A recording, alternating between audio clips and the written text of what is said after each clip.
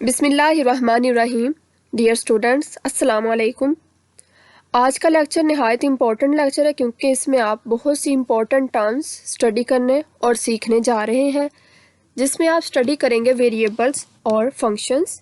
There are different types of variables, also there are different types of functions. Variables are those quantities, as we know that, which can vary from point to point or which can vary with respect to time.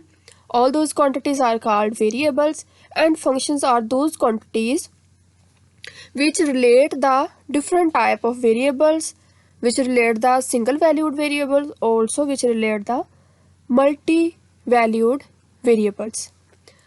तो सबसे पहले आपको पता होना चाहिए कि variables किसको कहते हैं, उसके बाद फंक्शंस को हम स्टडी करेंगे और उसके बाद हमारे पास डिफरेंट टाइप ऑफ फंक्शंस होंगे. डिफरेंट टाइप ऑफ फंक्शंस में हमारे पास एनालिटिक फंक्शन होंगे, हमारे पास कंटिन्यूस फंक्शन होंगे, हमारे पास एलिमेंट्री फंक्शंस होंगे, हमारे पास हार्मोनिक फंक्शंस होंगे और उसके बाद हमारे पास काशी-रीमन इक्वेशंस होंगी.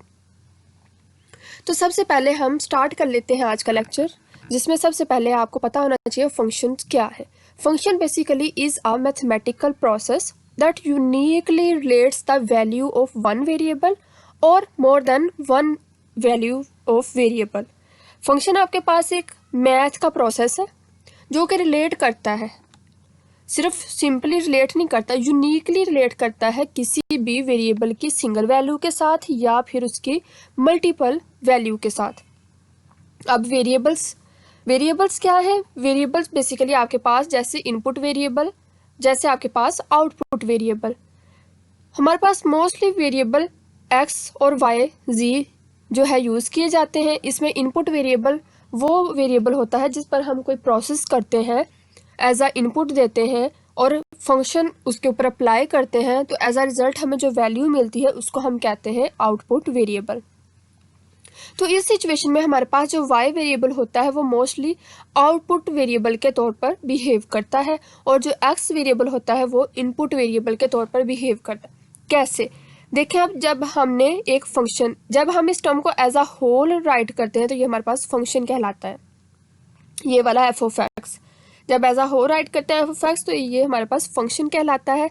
अब देखें, हम किसी फंक्शन एफ को अप्लाई करते हैं किसी वेरिएबल एक्स के ऊपर, तो उसका रिजल्ट हमें क्या मिलेगा? जो आंसर मिलेगा, यानी कि y में जो आंसर आएगा वो हमारे पास कहलाएगा आउटपुट वेरिएबल. और जो जिस पे हम अप्लाई करेंगे फंक्शन को, जो हमारे पास इनिशियल वैल्यू होगी वो हमारे पास कहलाती है input variable. There are different types of functions, जिसमें हमारे पास sine of x, trigonometric function, exponential of x is an exponential function. Similarly हमारे पास अंडर रूट के तौर पर फंक्शंस हैं. इसमें जितने भी ये जो एक्स वाई जी एक्स फैक्टोरियल, ये हमारे पास जो है बेसिकली वेरिएबल्स हैं. लेकिन हम अगर एज अ होल इसको स्टडी करें या राइट करें, साइन एक्स को, एक्सपोनेंशियल ऑफ एक्स को, नेचुरल लॉग ऑफ एक्स को, कोस एक्स को, टेंजेंट एक्स को, तो ये हमारे पास कहलाएंगे फंक्शंस. इसी तरह से फंक्शन की को राइट करने के दो मेथड्स हैं आपके पास. जनरल फॉर्म होती है और स्पेसिफिक फॉर्म होती है. जनरल फॉर्म वो होती है जिसमें हमारे पास इनपुट आउटपुट वेरिएबल और सिर्फ फंक्शन की इंडिकेशन हो. इनपुट आउटपुट वेरिएबल प्लस जो है हमारे पास फंक्शन की इंडिकेशन हो, वो हमारे पास कहलाती है जनरल फॉर्म. जो स्पेसिफिक फॉर्म होती है उसमें हमारे पास इनपुट आउटपुट वेरिएबल के साथ साथ कोई कांस्टेंट भी इन्वॉल्व होता है, कोई कांस्टेंट वैल्यू भी इन्वॉल्व होती है. तो वो वाली सिचुएशन या वो वाली टर्म हमारे पास कहलाती है स्पेसिफिक फॉर्म्स. जैसे कि आपको फॉर एग्जांपल नजर आ रहा है, when we write y is equal to F of x, it means it's a general form because there is no addition or multiplication, subtraction of any constant. When we add or subtract or multiply or divide some constant, then this term becomes specific form. आपको नजर आ रहा है where y is equal to 2 plus 5x, y is equal to 80 plus x square, तो ये आपके पास फिर कहलाएगा specific forms. नेक्स्ट हम थोड़ा सा स्टडी कर लेते हैं. जब हमारे पास जी जो है एक कॉम्प्लेक्स सेट के तौर पर बिहेव करता है, जब हम कैपिटल जी को फॉर एग्जांपल लेते हैं, जैसे आपको नज़र आ रहा है कैपिटल जी को as a general complex set लेते हैं, तो उसका कोई मेंबर यानी स्मॉल जी आप जानते हैं आपके पास सेट हो फॉर एग्जांपल जैसे वोवल जो होते हैं अल्फ़ाबेट, उनका आप सेट लिखते हैं तो आप पहले लिखते हैं कर्ली ब्रैकेट और उसके अंदर राइट करते हैं सेट ऑफ वोवल, या उसको किसी कैपिटल लेटर ए ओ ई इसमें से किसी से रिप्रेजेंट करते हैं। तो लेकिन जब आप उसके मेंबर्स को राइट करते हैं तो हम फिर उसको फर्दर लिखते हैं स्मॉल लेटर्स के अंदर ए ई आई ओ यू। इस तरह से बाकी जो सेट्स आपने पिछली क्लासेस में पढ़े हुए हैं, आप फेमिलियर हैं उनको राइट करने के मेथड से। तो इस तरह से अगर हम कॉम्प्लेक्स नंबर और कॉम्प्लेक्स वेरिएबल्स की बात करते हैं उसी कॉन्सेप्ट को मद्देनज़र रखते हुए, तो मैंने जी एज अ कॉम्प्लेक्स सेट लिया है और उसके किसी स्मॉल मेंबर को लाइक जी को फिर हम एज अ कॉम्प्लेक्स वेरिएबल के तौर पर डील करेंगे। सिमिलरली मैंने यहाँ पे दो रेफरेंस यूज़ किए हैं just like G, small G और omega, where these are both complex variables and capital G is the complex variable या complex numbers set, complex variable set या कॉम्प्लेक्स नंबर्स सेट। तो जब हम किसी फंक्शन को इन टर्म्स ऑफ वेरिएबल या variables को in terms of function write करते हैं तो फिर हम किस तरह से लिखते हैं, जैसे कि मैंने कहा कि ओमेगा भी यहाँ पे वेरिएबल है, complex variable, small g is also a complex variable. तो हम जब फंक्शंस को इन्वॉल्व करते हुए वेरिएबल्स को राइट करते हैं तो हमारे पास फिर ये इस तरह से होगा omega is equal to F of G, यानी कि हमारे पास जो आउटपुट वेरिएबल तब हमारे पास आएगा जब हम इनपुट वेरिएबल को in terms of function right करेंगे, where omega behaves like output variable and g is behaves like input variable। तो फंक्शंस को राइट करने के दो मेथड हैं, दो से ज़्यादा बहुत सारे मेथड्स हैं जिसमें हम मोस्ट कॉमनली जो यूज़ करते हैं दो हैं, वो एफ ऑफ जी और जी ऑफ जी। जी जो है उसको कैपिटल भी राइट किया जा सकता है, लिखा होता है कुछ बुक्स में, कुछ लेक्चर्स में, कुछ नोटेशंस में। तो जी कैपिटल भी राइट किया हो तो इसका मतलब भी ये फंक्शन ऑफ जी कहलाएगा। सिमिलरली स्मॉल एफ जब इस तरह से लिखा हुआ एफ ऑफ जी की तो फॉर्म में तौर पर, तो इसको भी हम कहते हैं फंक्शन ऑफ जी।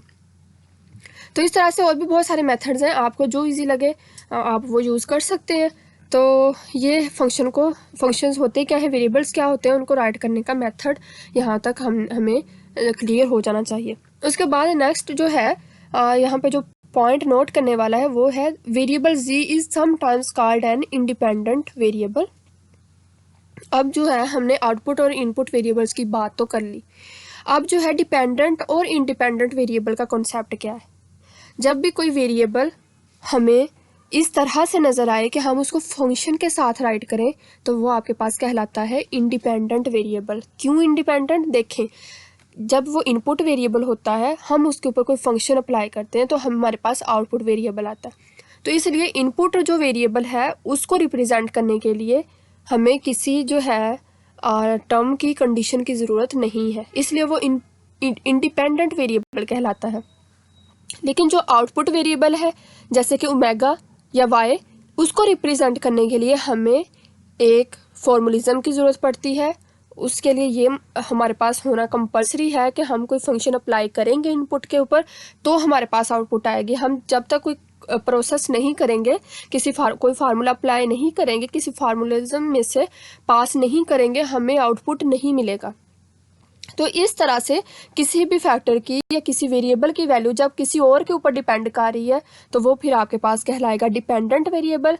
जिसकी वैल्यू या जिसकी एग्जिस्टेंस किसी के ऊपर डिपेंड नहीं कर रही है वो आपके पास कहलाएगा इंडिपेंडेंट वेरिएबल। सिमिलरली हम वेरिएबल्स के अंदर जो है हमें जब वैल्यूज़ गिवन हो हम वैल्यूज़ पुट करके उसकी फिर फर्दर वैल्यूज़ भी फाइंड आउट कर सकते हैं।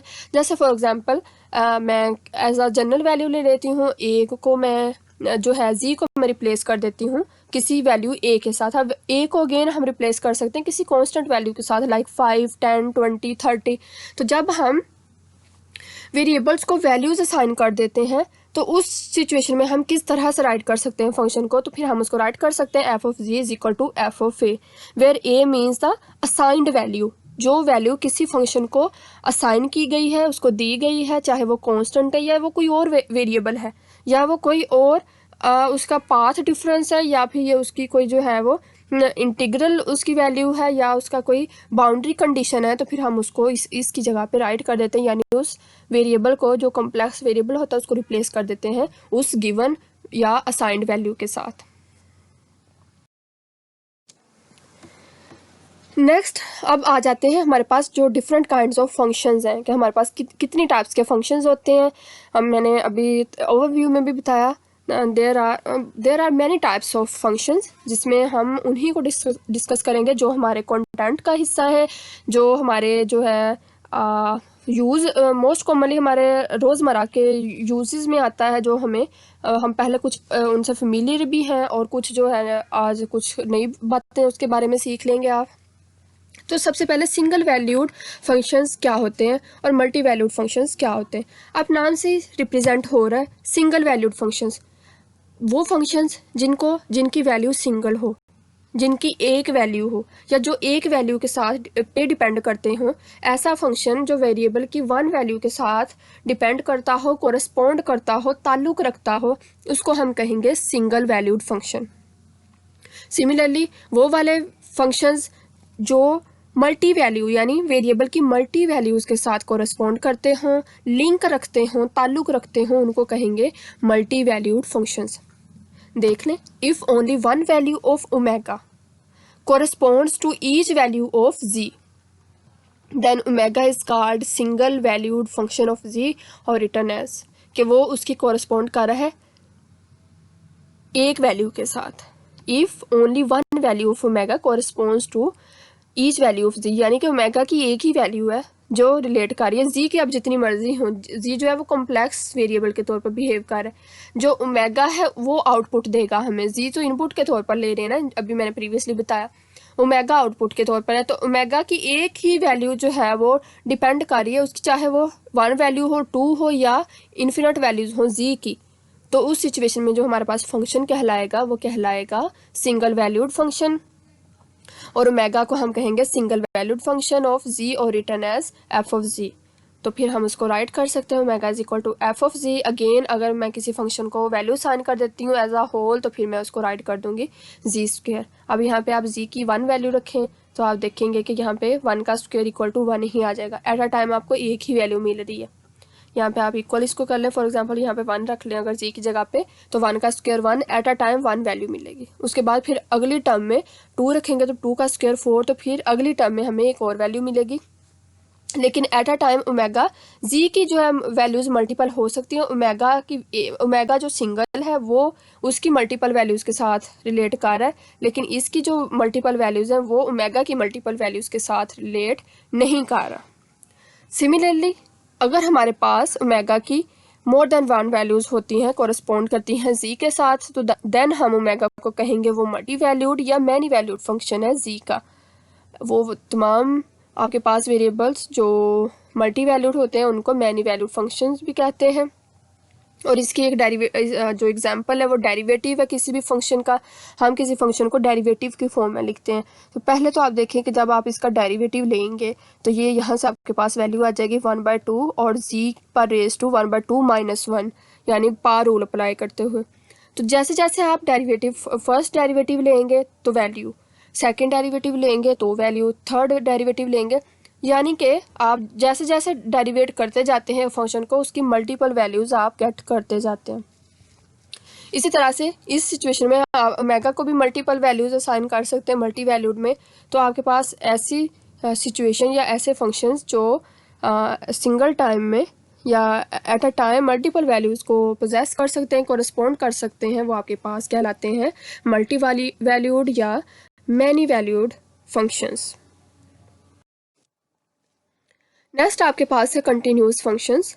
कंटिन्यूस फंक्शंस के लिए 3 कंडीशंस हैं। अगर वो एग्जिस्ट करती हैं किसी फंक्शन के अंदर तो वो कंटिन्यूस फंक्शन कहलाएगा।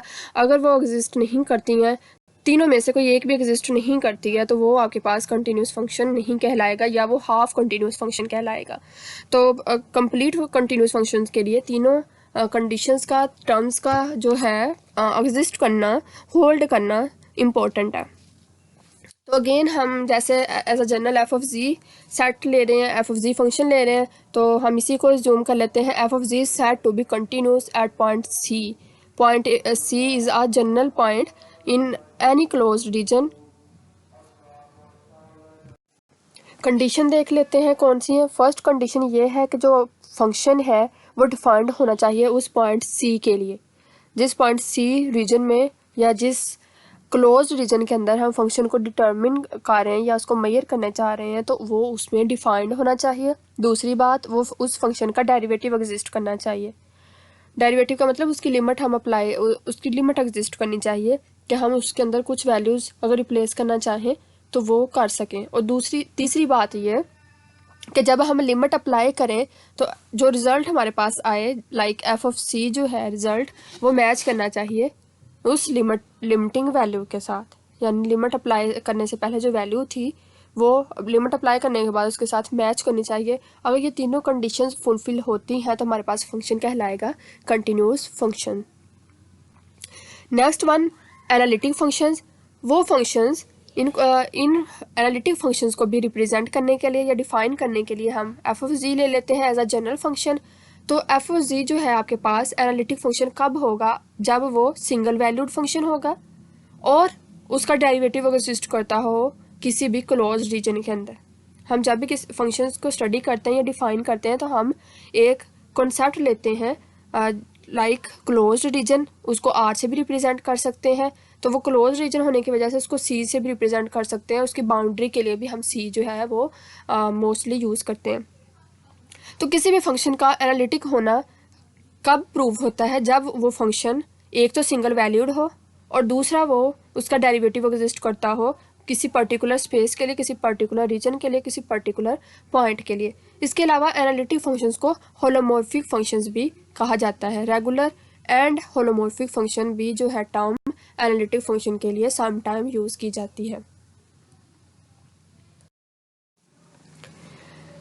नेक्स्ट आ जाते हैं आपके पास एलिमेंट्री फंक्शंस। एलिमेंट्री फंक्शंस की बहुत सारी टाइप्स हैं जिसमें से 10 to 15 मोस्ट कॉमनली हैं और उससे भी ज़्यादा मोस्ट कॉमनली जो 4 टर्म्स हैं, जैसे मैंने कहा कि हम जो हमारी रोज़मर्रा की लाइफ में यूज़ होती हैं, हमारे सिंपल मैथ में यूज़ होती हैं। आपने पहले मैथ भी स्टडी किया हुआ है। और इसके अलावा जो फिज़िक्स में हमारे पास छोटी छोटी कैलकुलेशंस होती हैं उसके लिए भी हम इनको यूज़ करते हैं। तो इसलिए मैं उन्हीं को हाईलाइट कर रही हूँ आज के लेक्चर के लिए। ज़्यादा ब्रीफ में जाने की ज़रूरत नहीं है। वो जो बाकी फंक्शंस हैं एलिमेंट्री फंक्शंस वो इतने यूज़फुल नहीं थे, तो इसलिए फिर उनकी तरफ मैंने मूव नहीं किया। जो मोस्ट कॉमनली यूज़ हैं, जो हमारे लिए यूज़फुल है, वो मैं यहाँ पे आज के लेक्चर में हाईलाइट कर रही हूँ। जिसमें उन एलिमेंट्री फंक्शंस में बेसिकली नाम से ही शो हो रहा है एलिमेंट्री फंक्शन वो चीज़ जिस पे किसी भी चीज़ की बुनियाद हो। यानी बुनियाद को भी हम एलिमेंट्री स्टेप जैसे कहते हैं ना, एलिमेंट्री स्टेप बुनियाद या फंडामेंटल स्टेप। तो फंडामेंटल या बुनियादी चीज़ या फंडामेंटल बुनियादी फंक्शंस, वो फंक्शंस जिससे हम बाकी मल्टीपल फंक्शंस को ड्राइव कर सकते हैं, हम को रिलेट कर सकते हैं, हम उनको मेजर कर सकते हैं। तो वो फंक्शंस आज हम स्टडी करेंगे जिसमें जो एलिमेंट्री फंक्शंस कहलाते हैं, बेस होती हैं ये बाकी फंक्शंस की, जिसमें हमारे पास आ जाते हैं पोलिनोमियल फंक्शंस, हमारे पास आ जाते हैं रैशनल अलजेब्रिक फंक्शंस, हमारे पास आ जाते हैं एक्सपोनेंशियल फंक्शन एंड हमारे पास आते हैं ट्रिग्नोमेट्रिक फंक्शंस। मैं फिर कह रही हूँ there are lot of types, 10 to 15 तो है ही इनकी टाइप्स। तो वो बाकी जो है मतलब मुझे यूज़फुल नहीं लगी, इसलिए हमारा उनके साथ जो इतना है भी नहीं। तो इसलिए मैंने इन 4 जो है मोस्ट कॉमनली इनको हाईलाइट किया। पोलिनोमियल फंक्शंस को आप राइट कैसे करते हैं, डिफाइन कैसे करते हैं? पोलिनोमियल फंक्शन की वेल नाउन एक आपको इक्वेशन नज़र आ रही है। हम इस तरह से पोलिनोमियल फंक्शंस को रिप्रेजेंट करते हैं where omega is equal to A naught G पर raise to N plus A1। जैसे जैसे हम फर्दर मूव करते जाएंगे ए की वैल्यू जो है वो इंक्रीज होती जाएगी where A is a constant, omega is a complex variable, N is also a integer value और it is just like a constant कह लें या डिग्री ये होती है वैसे बेसिकली, तो डिग्री ऑफ द पोलिनोमियल इसको कहते हैं। तो यहाँ पे बेसिकली ए जो है वो ए की वैल्यूज़ वो कॉन्स्टेंट्स हैं, जी हमारे पास कॉम्प्लेक्स वेरिएबल है जो, जबकि एन जो है वो इंटीजर या डिग्री ऑफ द पोलिनोमियल कहलाता है। Omega is also a complex variable which is output और डिपेंडेंट वेरिएबल। तो जब हम पोलिनोमियल इक्वेशन राइट करते हैं तो इसमें क्या होता है, हमारे पास कांस्टेंट जो होता है ए या सी से रिप्रेजेंट कर लें, उसकी वैल्यू इंक्रीज होती जाती है। ए नॉट मतलब A0, A1, A2 and up to AN-1 और last one is the AN। और जो हमारे पास कॉम्प्लेक्स वेरिएबल है उसकी डिग्री ऑफ फ्रीडम कम होती जाती है। जैसे स्टार्ट n है यानी हाईएस्ट डिग्री n है, उसके बाद कम होना शुरू हो जाएगी -1 फिर -2 एंड लास्ट पे यहाँ पे आप ये जी की वैल्यू लास्ट पर पावर रेज़ टू 1 रह जाएगी और उसके बाद जी पावर रेज़ टू जब 0 रह जाएगा, तो जब हमें पता है किसी भी वैल्यू की जो पावर है अगर 0 हो जाए तो वो इक्वल टू 1 होता है, तो इसलिए यहाँ पे मैंने जस्ट n राइट किया है, 1 राइट नहीं किया। और इसको हम as a general equal to लिखते हैं p into G, where p is also for polynomial और also it's a function of complex variable G. अब यहाँ पे जो हमारे पास ए नोट होगा वो कभी भी इक्वल टू 0 नहीं हो सकता। क्यों इक्वल टू 0 नहीं हो सकता? क्योंकि जब हम ए नोट को ही इक्वल टू 0 कर देंगे, यानी उसकी इनिशियल वैल्यू को ही इक्वल टू 0 कर देंगे, तो हमारे पास फर्स्ट फंक्शन या फर्स्ट फैक्टर बिल्कुल वॉनिश हो जाएगा, ख़त्म हो जाएगा। तो इसलिए ये कभी हमारे पास 0 नहीं हो सकता। हाँ, अगले कॉन्स्टेंट में भी माइट भी इक्वल टू 0 हो भी सकते हैं और नहीं भी हो सकते। तो इस तरह से हम पोलिनोमियल फंक्शंस को रिप्रेजेंट करते हैं। उसके बाद आ जाते हैं हमारे पास अलजेब्रिक या रैशनल फंक्शंस। अब नाम से ही रिप्रेजेंट है, रैशनल फंक्शन ऐसे फंक्शंस जिनको हम p ओवर q की फॉर्म में राइट कर सकते हैं, हम उनको कहते हैं रैशनल नंबर्स। और जब हम इनको फंक्शंस में लिखेंगे तो फिर हम इनकी डिपेंडेंस शो करवाएंगे किसी भी वेरिएबल के साथ। तो अगेन हम जब लिखते हैं किसी डिपेंडेंट वेरिएबल को equal to p g over q g, where p and q are polynomials and z is also a complex number. तो जब हम किसी भी फैक्टर को इस फॉर्म में राइट करते हैं तो वो हमारे पास कहलाते हैं रैशनल अलजेब्रिक फंक्शंस। ओके, उसके बाद नेक्स्ट है एक्सपोनेंशियल फंक्शंस। ऐसे फंक्शन जो e पर रेज टू फॉर्म में राइट किए जा सकते हैं वो हमारे पास कहलाते हैं एक्सपोनेंशियल फंक्शन। हम किसी फंक्शन एक्सपोनेंशियल फंक्शन को कैसे राइट कर सकते हैं? Omega is equal to e पर रेज टू जी। जब भी हम किसी वैल्यू को, किसी फैक्टर को e की पावर में राइट करते हैं तो वो हमारे पास कहलाते हैं एक्सपोनेंशियल फंक्शंस। अगेन हमने प्रीवियसली स्टडी कर चुके हैं, because as we know that z is a complex number and which is having the value of z is equal to x plus iota y। So that's why मैंने यहाँ पे replace कर दिया है x plus iota y से, क्योंकि z की value होती है x plus iota y। Again x plus iota y, अब x और y की भी वैल्यूज़ पुट कर सकते हैं। ये भी हमने प्रीवियसली स्टडी किया था कॉम्प्लेक्स नंबर्स के लेक्चर में कि x की वैल्यू होती है कोज ऑफ y और y की वैल्यू होती है x की वैल्यू होती है कोज ऑफ x और y की वैल्यू होती है साइन ऑफ y। तो इस तरह से आप इसको रिप्लेस कर देंगे इधर e पर raise to cos of x plus iota sine of y। उसके बाद आ जाते हैं ट्रिग्नोमेट्रिक फंक्शंस। हम ट्रिग्नोमेट्रिक फंक्शन से फेमिलियर हैं, जैसे कि हम फंक्शंस को राइट करते हैं sine of G, cos of G, tangent G, इस तरह की। यानी कि जो ट्रिग्नोमेट्रिक आइडेंटिटीज जब इन्वॉल्व होती हैं जिसमें साइन, कोस, टेंजेंट, कोटेंजेंट, उसके बाद आ जाता है जी कोसिकेंट, सीकेंट। तो जब वो टर्म्स यानी ट्रिग्नोमेट्रिक टर्म्स इन्वॉल्व होती हैं फंक्शंस के साथ या कॉम्प्लेक्स वेरिएबल्स के साथ, तो एज अ होल हम उनको कहते हैं ट्रिग्नोमेट्रिक फंक्शंस। और इनकी फर्दर जो है हम ट्रिग्नोमेट्रिक फंक्शन को in terms of exponential form भी राइट कर सकते हैं। आप इन फार्मूलाज से भी फेमिलियर हैं। जो साइन जी का फार्मूला है उसमें हमारे पास यहाँ पे जब एक्सपोनेंशियल फॉर्म में राइट करते हैं e पर raise to aorta ji minus e पर रेज टू माइनस अयोटा जी, और ओवर में 2 अयोटा आता है साइन के फार्मूला में। और कोस के फार्मूला में भी ये ऊपर वाली टर्म एज इट इज़ होती है, लेकिन यहाँ पे साइन चेंज आता है, प्लस का आता है, और इसमें अयोटा टर्म ओवर में अपेयर नहीं होती कोस के लिए। तो कोस का फार्मूला भी आपको नजर आ रहा है। सिमिलरली टेंजेंट साइन ओवर कोस होता है, हम साइन और कोस को डिवाइड करेंगे तो हमारे पास टेंजेंट की वैल्यू आ जाएगी, और टेंजेंट की वैल्यू को हम रिवर्स करेंगे, उलट करेंगे, तो हमारे पास जो है कोटेंजेंट की वैल्यू आ जाएगी, क्योंकि हम जानते हैं कि कोटेंजेंट जो है वो टेंजेंट का इनवर्स होता है, रिवर्स होता है। नेक्स्ट आ जाता है जी कॉशी-रीमन इक्वेशन। कॉशी-रीमन इक्वेशन इसकी कॉशी उसका नाम है मैथमेटिशियन का, और रीमन भी उसका नाम है, तो इसलिए उन दोनों ने मिलकर जो इक्वेशंस क्रिएट की थी, बनाई थी, उनको कहते हैं कॉशी-रीमन इक्वेशंस। इनको भी हम कॉम्प्लेक्स नंबर्स को डील करने के लिए, उनको सॉल्व करने के लिए, उनके डिफरेंट पॉसिबिलिटीज़ चेक करने के लिए हम कॉशी-रीमन इक्वेशन यूज़ करते हैं। कॉशी-रीमन इक्वेशन को राइट कैसे किया जा सकता है आप देख सकते हैं। In other words the function F of ji is said to be analytic if Cauchy Riemann equation are satisfied. किसी भी फंक्शन को एनालिटिक रिप्रेजेंट करने के लिए या किसी भी फंक्शन के एनालिटिक होने के लिए कॉशी-रीमन इक्वेशन का सेटिस्फाई होना भी ज़रूरी है। कॉशी-रीमन इक्वेशंस क्या है? जब हम लिखते हैं where u is any real number, u और वी हमारे पास कोई भी रियल नंबर्स हैं, लेकिन अगर हमारे पास वी जो है वो हम कॉम्प्लेक्स या इमेजिनरी पार्ट के तौर पर लिखते हैं यानी अयोटा के साथ, तो फिर वी हमारे पास कॉम्प्लेक्स नंबर कहलाएगा। तो ये हमारे पास कुछ जनरल हमने कंसिडर किए हैं फंक्शन u और v जो कि डिपेंड कर रहे हैं x और y पे।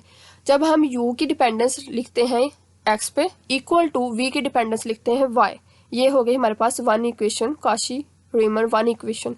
उसके बाद एंड फिर v की डिपेंडेंस यहाँ पे u की जगह पे लिखते हैं v, x as it is रहेगा, और हम अगली जो टर्म है v में इसको अब रिप्लेस कर देंगे u के साथ, लेकिन यहाँ पे साइन भी चेंज होगा माइनस का। ये इक्वेशन नंबर 1 है।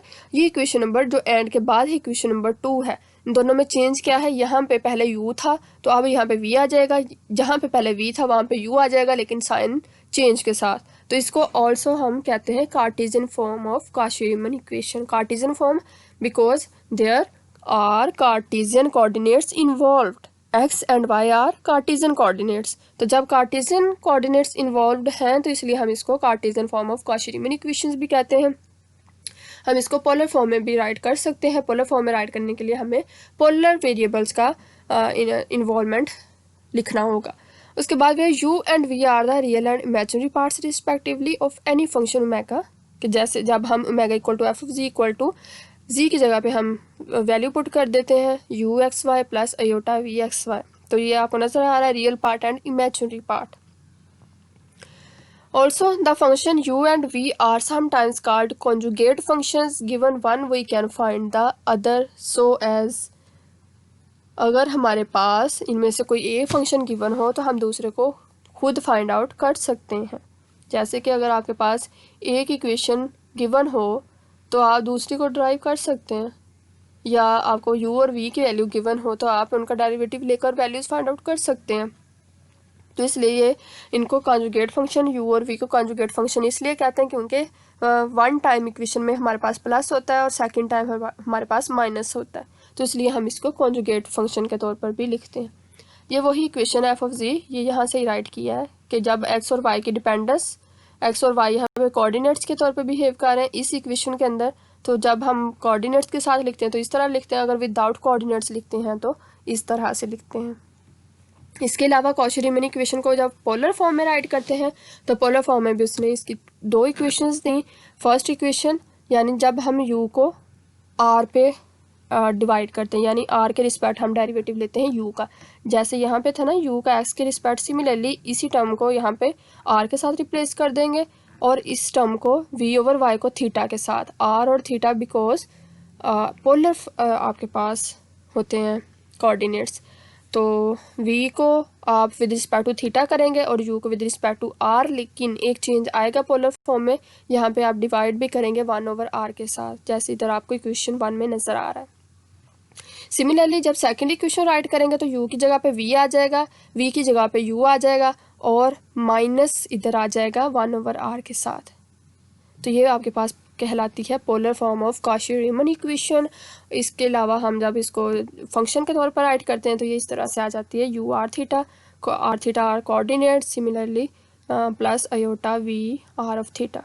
तो किसी भी फंक्शन को एनालिटिक रिप्रेजेंट करने के लिए या उसके एनालिटिक होने के लिए काशी-रीमन इक्वेशन का सर्टिफाई होना भी ज़रूरी है। ये कंपलसरी नहीं है, कुछ केसेस में हो सकता है लेकिन कुछ केसेस में नहीं भी होता। फर्स्ट टू कंडीशन जो है एनालिटिक फंक्शन की वो मस्ट होल्ड होनी चाहिए, ये मस्ट नहीं है। नेक्स्ट वन है आपके पास हार्मोनिक फंक्शंस। हार्मोनिक फंक्शंस कौन से फंक्शंस होते हैं? वो फंक्शंस जो two kind of properties hold करते हैं। टू काइंड ऑफ प्रॉपर्टीज़ क्या है? जिसमें नंबर 1 प्रॉपर्टी है आपके पास उन फंक्शंस का second order partial derivative exist करना चाहिए और दूसरी लैप्लास इक्वेशन को सेटिस्फाई होना चाहिए। ऐसे फंक्शंस जिनमें ये दोनों प्रॉपर्टीज़ होल्ड करती हैं वो आपके पास कहलाते हैं हार्मोनिक फंक्शंस। हम देख लेते हैं। For harmonic functions following conditions must be satisfied. Must be ज़रूरी है ये दोनों कंडीशंस का एग्जिस्ट करना, होल्ड करना, जिसमें फर्स्ट इक्वेशन है second order partial derivative with respect to x and y must be existed. Second order derivative exist करना चाहिए किसके रिस्पेक्ट, एक्स और वाई के रिस्पेक्ट। ऊपर कोई भी फंक्शन हो सकता है, यू वी समथिंग एल्स, कोई भी और, जनरल मैं यू वी यूज़ कर रही हूँ, आप कोई और भी लिख सकते हैं, लेकिन derivative with respect to x और वाई ही एग्जिस्ट करना चाहिए। ये आपके पास फर्स्ट कंडीशन होगी। देखिए सेकंड ऑर्डर यानी इसका second order, partial square U over partial x square first term, second term partial square U over partial Y square. Similarly V का partial square V over partial x square and partial square V over partial Y square. ये first condition है harmonic function के लिए। Second condition क्या है, Laplace equation satisfy होनी चाहिए। Laplace equation क्या है, लप्लास इक्वेशन जो सिमिलर, हम जब इन टर्म्स को ऐड कर देते हैं और आंसर अगर इक्वल टू ज़ीरो आता है तो वो आपके पास लप्लास इक्वेशन कहलाती है। फॉर एग्जांपल यू के लिए देख लेते हैं, यू के लिए जब करेंगे तो वन टाइम हम एक्स के स्क्वायर के रिस्पेक्ट उसका डेरिवेटिव कंसीडर करेंगे और प्लस फिर हम y के रिस्पेक्ट उसका सेकंड ऑर्डर डेरिवेटिव कंसीडर करेंगे u का। अगर आंसर इक्वल टू ज़ीरो आता है हमारे पास तो हमारे पास फर्स्ट कंडीशन फुलफिल हो जाएगी, यानी ये फर्स्ट इक्वेशन जो है ये फुलफिल हो जाएगी, रिजल्ट होल्ड करेगा। सिमिलरली जब हम फिर सेकंड कंडीशन भी चेक करेंगे तो अगर उसका रिजल्ट जो है v का आप derivative with respect to x पहले लेंगे, उसके बाद सेकंड ऑर्डर डेरिवेटिव लेंगे with respect to y v का, उसका भी आंसर इक्वल टू ज़ीरो आता है तो फिर आपके पास एज अ होल ये सेकंड जो कंडीशन है ये फुलफिल होगी और फंक्शन आपके पास हार्मोनिक फंक्शन कहलाएगा। Where this term is also can be represented as del square u is equal to zero और similarly del square v is equal to zero, because as we know that where del square is a Laplacian operator. जब हम इस del operator जो हमारे पास basically या nebula operator है, इसका हम सिंपल लिखें तो वो हमारे पास डेल ऑपरेटर ही कहलाता है, यानी उसकी पावर के बगैर लिखें तो वो हमारे पास एक डिफरेंशियल ऑपरेटर या डेल ऑपरेटर कहलाता है। लेकिन जब हम उसे डेल ऑपरेटर का स्क्वायर ले लेते हैं, वहाँ से आई जे के यूनिट वैक्टर्स वॉनिश हो जाते हैं, तो वो आपके पास कहलाता है बेसिकली लप्लासियन ऑपरेटर कहलाता है। The operator del square is called the Laplacian operator. और ये इस टर्म को हम इस तरह से भी, क्योंकि टू कोऑर्डिनेट्स है ना, एक्स और वाई इन्वॉल्वमेंट है, तो इसलिए ये हमारे पास आता है partial square over partial x square plus partial square over partial Y square into u. और जब हम उसको फिर ओपन कर लेते हैं तो हमारे पास ये इक्वेशन आ जाती है। सिमिलरली वी के लिए हम लिखेंगे तो रिजल्ट क्या निकलता है, 10 function such as u and v which satisfy Laplace equation in a region R are called harmonic functions and are said to be harmonic in R। वो फंक्शंस चाहे वो u है चाहे वो v है, अगर वो किसी स्पेसिफिक रीजन के अंदर, किसी क्लोज रीजन के अंदर, किसी क्लोज रीजन R के अंदर दोनों कंडीशंस को सेटिस्फाई करता है, होल्ड करता है, तो वो आपके पास हार्मोनिक फंक्शन कहलाएगा। तो स्टूडेंट्स ये था आज का लेक्चर। अगर बेटा कहीं से समझ ना आई हो तो आप मेरे से ज़रूर डिस्कस कीजिएगा, मुझसे पूछ लीजिएगा। इसके अलावा आप मेरी वीडियोस को लाइक ज़रूर किया करें, कमेंट ज़रूर किया करें, और जिन्होंने सब्सक्राइब नहीं किया सब्सक्राइब ज़रूर किया करें, क्योंकि ये मैं आपके लिए ही लेक्चर्स बना रही हूँ, आपके लिए इतना कर रही हूँ, तो आपको देखना चाहिए। आप कंप्लीट लेक्चर देखा करें और समझने की कोशिश किया करें। थैंक यू एंड अल्लाह हाफिज़।